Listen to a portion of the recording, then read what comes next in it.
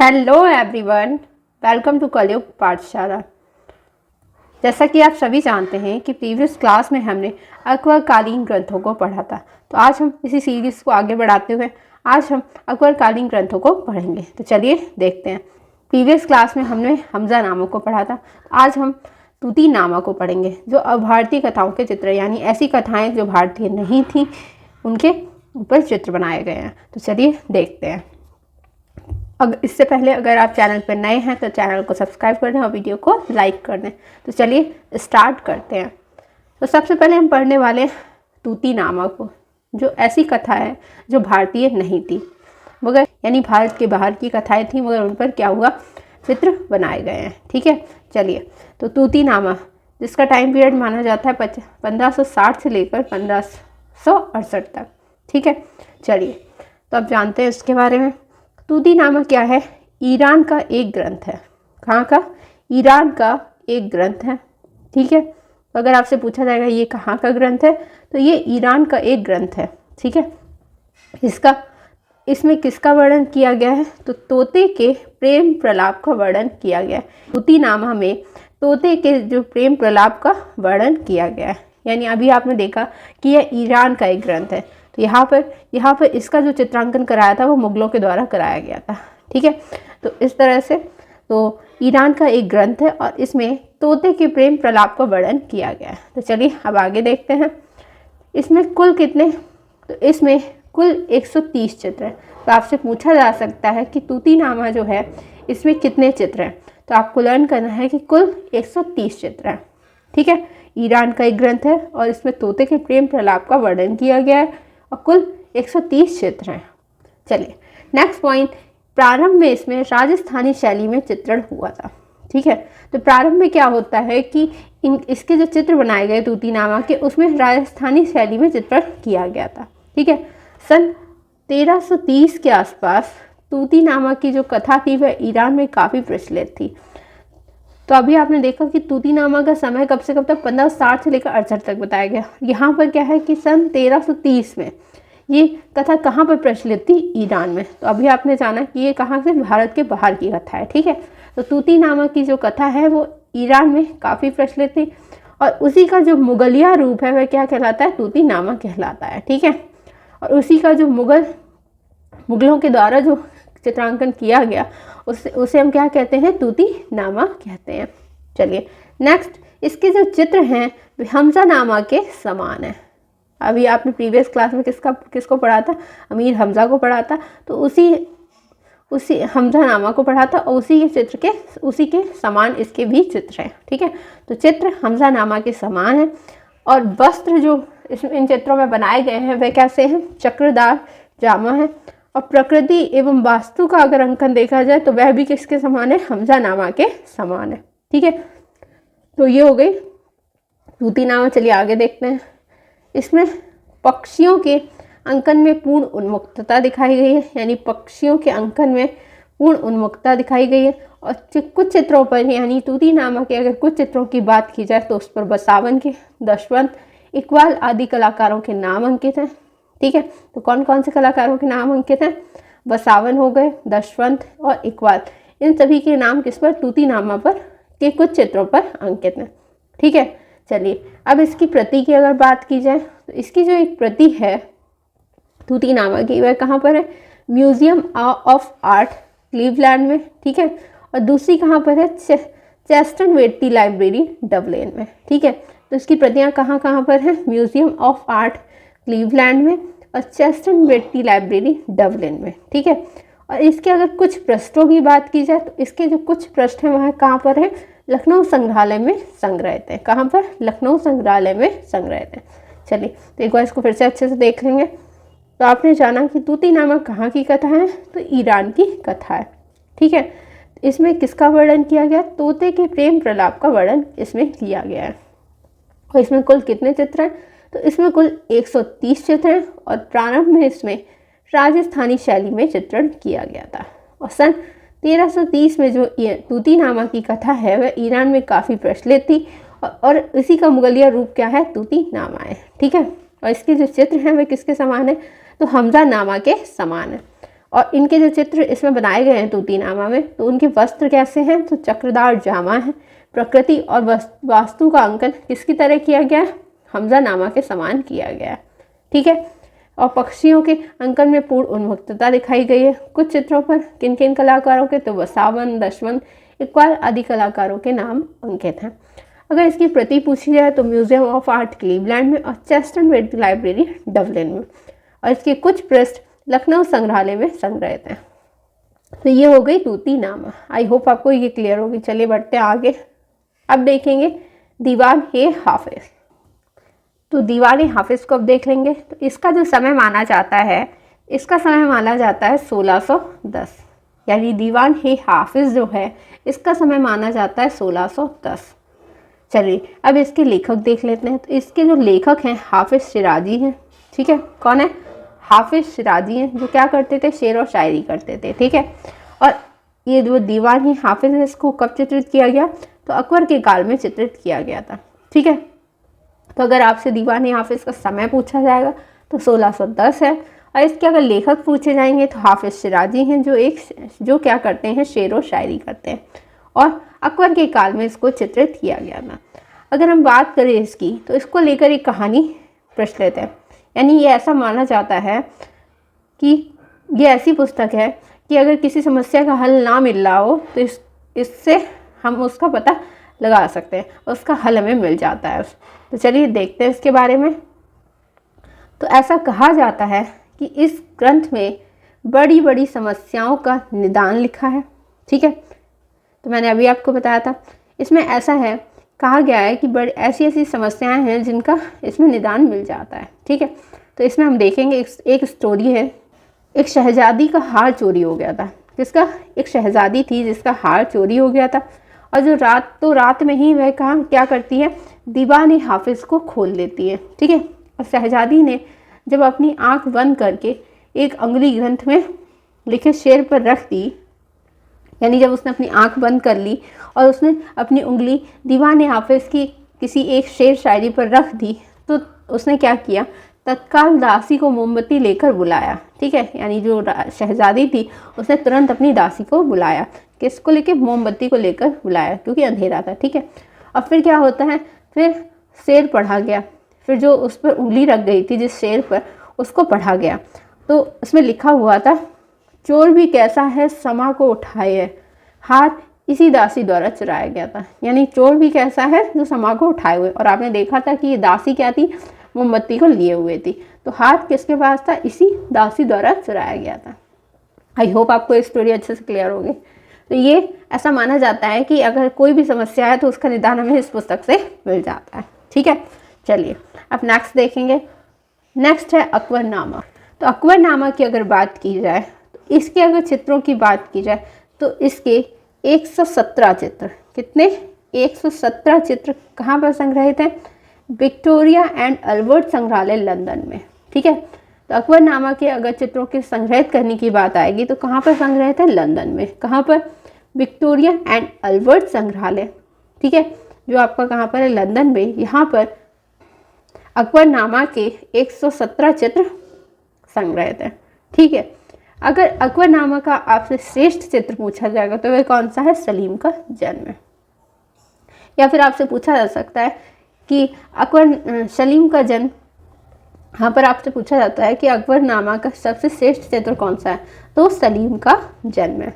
और एक और चित्र की अगर बात की जाए जो इम्पॉर्टेंट है अकबरनामा का, वह है रणथंभौर किले की घेराबंदी। जो ये किसका चित्र है, अकबरनामा का। तो ये चीज़ें आपको लर्न करनी है। ठीक है, कि अकबरनामा में 117 चित्र हैं। ठीक है, और ये कहाँ पर संग्रहित हैं, तो विक्टोरिया एंड अल्बर्ट संग्रहालय लंदन में संग्रहित हैं। ठीक है, अगर इसके श्रेष्ठ चित्र की बात की जाए तो सलीम का जन्म है, और अन्य अगर चित्र की बात करी जाए तो रणथंभौर किले की घेराबंदी, जो इसका एक प्रमुख चित्र माना जाता है। चलिए, बाबरनामा की अगर बात की जाए तो कुल इसके कितने चित्र हैं, 144 चित्र हैं। ठीक है, इसके कितने, 144 चित्र हैं, और उन 144 चित्रों पर इसके कुल 144 चित्र हैं। ठीक है, और जिन पर 48 चित्रकारों का नाम अंकित है। ठीक है, तो आपको याद रखना है कि बाबरनामा में कितने चित्र हैं, तो 144 चित्र हैं। ठीक है, और इसमें 48 चित्रकारों का नाम अंकित है। ठीक है, चलिए अगर बाबरनामा की एक प्रति की अगर बात की जाए तो ये कहाँ पर संग्रहित है? तो इनकी एक प्रति राष्ट्रीय संग्रहालय नई दिल्ली में संग्रहित है। कहाँ पर? राष्ट्रीय संग्रहालय जो है नई दिल्ली में, वहाँ पर बाबरनामा की एक प्रति संग्रहित है। और अगर दूसरी प्रति की बात करी जाए तो ब्रिटिश म्यूजियम एंड लाइब्रेरी में संग्रहित है। ठीक है, तो दोनों प्रति, एक प्रति है राष्ट्रीय संग्रहालय नई दिल्ली में और दूसरी प्रति है ब्रिटिश म्यूजियम एंड लाइब्रेरी में। ठीक है, और इसके कुल कितने चित्र हैं? तो 144 चित्र हैं और जिन पर 48 चित्र रखेंगे भारतीय कथाओं के चित्र, जिसमें हम बात करेंगे सबसे पहले रज़्मनामा की। ठीक है, और आप जानते हैं रज़्मनामा क्या है? ये महाभारत का फारसी अनुवाद है। ठीक है, तो इस तरह से ये भारतीय कथाओं से संबंधित है। ठीक है, जिसमें भारतीय कथाओं के चित्र बनाए गए हैं। चलिए देखते हैं इसमें। तो इसमें अगर बात करें तो ये क्या है? महाभारत का फारसी अनुवाद है, यानी रज़्मनामा नाम से जो महाभारत का फारसी अनुवाद किया गया है वह किसने किया है? अब्दुल कादिर बदायूनी ने। ठीक है, तो ये क्लियर हो गया कि रज़्मनामा क्या है? महाभारत का फारसी अनुवाद है और इसका ये अनुवाद किसने किया था? तो अब्दुल कादिर बदायूनी ने किया था। क्लियर? चलिए 6 वर्षों में 169 चित्र बनाए गए। ठीक है, यानी 6 वर्षों में कुल 169 चित्र बनाए गए थे और इसमें कितने चित्रकार काम करते थे? 48 चित्रकार काम करते थे। ठीक है, और 21 चित्रों पर किसका नाम मिलता है? तो अभी आपने देखा 169 चित्र बनाए गए और उनमें से 21 चित्रों पर हमें किसका नाम मिलता है? दशवंत का नाम मिलता है। ठीक है, और इसकी प्रति की अगर बात की जाए कहाँ पर संग्रहित है? तो रज़्मनामा की जो प्रतिलिपि है वह जयपुर संग्रहालय में संग्रहित है। कहाँ पर? जयपुर संग्रहालय में संग्रहित है। और इसकी जो मूल प्रति थी वह किसके पास है? तो मोहम्मद शाह रंगीला ने सवाई राजा जय सिंह को दे दी थी। ठीक है, तो ये हो गई। अगर आपसे पूछा जाए कि रज़्मनामा क्या है तो ये महाभारत का फारसी अनुवाद है और ये अनुवाद किया था अब्दुल कादिर बदायूनी ने। और इसमें कुल 6 वर्षों में 169 चित्र बनाए गए थे और इसमें 48 चित्रकार काम करते थे। और अगर इनमें से 21 चित्रों की बात की जाए तो उन पर दशवंत का नाम मिलता है और प्रतिलिपि की अगर बात की जाए तो जयपुर संग्रहालय में संग्रहित है ये। ठीक है, अगर मूल प्रति अगर पूछी जाए तो मोहम्मद शाह रंगीला ने किसको दे दी थी? सवाई राजा जय सिंह को दे दी थी। ठीक है, चलिए अब आगे देखेंगे। अब बात करेंगे पंचतंत्र की। तो पंचतंत्र की अगर बात की जाए तो इसका जो फारसी अनुवाद है वह अनवर ए सुहेली नाम से किसने किया था? अबुल फजल ने किया था। ठीक है, तो आपको ये चीज़ याद रखनी पड़ेगी कि अनवर ए सुहेली किसका फारसी अनुवाद है? पंचतंत्र का। किसका? पंचतंत्र का। और ये अनुवाद किसने किया था? तो अबुल फजल ने किया था। चलिए नेक्स्ट बात करते हैं कलीला दीवना। तो महाभारत का जो फारसी अनुवाद किया गया था वह रुदगी कवि के द्वारा जो किया गया था उसे क्या कहते हैं? कलीला दीवना कहते हैं। ठीक है, तो आपको ये दोनों चीज़ें लर्न करनी है कि अनवर ए सुहेली का फारसी अनुवाद, मतलब अनवर ए सुहेली किसका फारसी अनुवाद था? तो पंचतंत्र का था और ये अनुवाद अबुल फजल ने किया था। ठीक है, अगर कलीला दीवना अगर पूछा जाएगा तो ये महाभारत का फारसी अनुवाद है जो रुदगी कवि के द्वारा किया गया था। ठीक है, चलिए नेक्स्ट देखेंगे। अब बात करेंगे रामायण की। रामायण की अगर बात की जाए तो फारसी भाषा में इसका जो अनुवाद किया था वह किसने किया था? बदायूनी ने। ठीक है, अगर रामायण की फारसी भाषा के अनुवाद की बात की जाए वह किसने किया था? बदायूनी ने। और रामायण के अगर चित्रण की मुख्य रूप से किन्होंने? 5 चित्रकारों ने किया था। ठीक है, तो रामायण का चित्रण जो है वह मुख्य रूप से कितने चित्रकारों के द्वारा किया गया था? 5 चित्रकारों के द्वारा। चलिए उनके नाम देख लेते हैं। सबसे पहले मीर सैयद अली, ये भी मैंने आपको पढ़ाए हुए हैं, अब्दुल समद सिराजी, फारूक बेग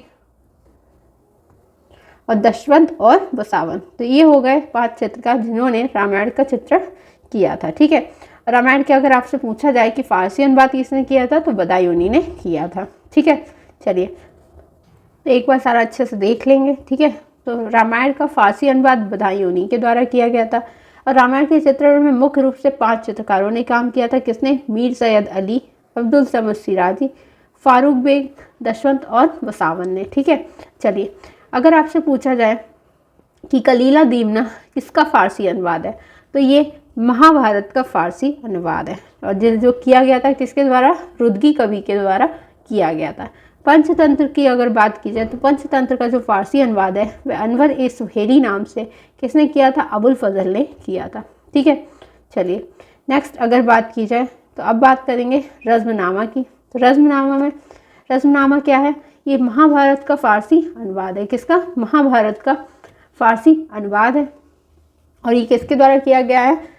अब्दुल कादिर बदायूनी के द्वारा किया गया है। और अभी आपने देखा कि महाभारत का जो फारसी अनुवाद था वह रुदगी कवि के द्वारा किया गया, तो उसे क्या कहते हैं? कलीला दीवाना कहते हैं। ठीक है, 6 वर्षों में 169 चित्र बनाए गए, 48 चित्रकारों ने काम किया इसमें, और 21 चित्रों पर हमें किसका नाम मिलता है? दशरथ का नाम मिलता है। और इसकी जो प्रतिलिपि है वह जयपुर संग्रहालय में संग्रहित है। और इसकी जो मूल प्रति है उस पर किसका? मोहम्मद शाह रंगीला ने सवाई राजा जय सिंह को वह दे दी थी। ठीक है, चलिए अब आगे देखेंगे।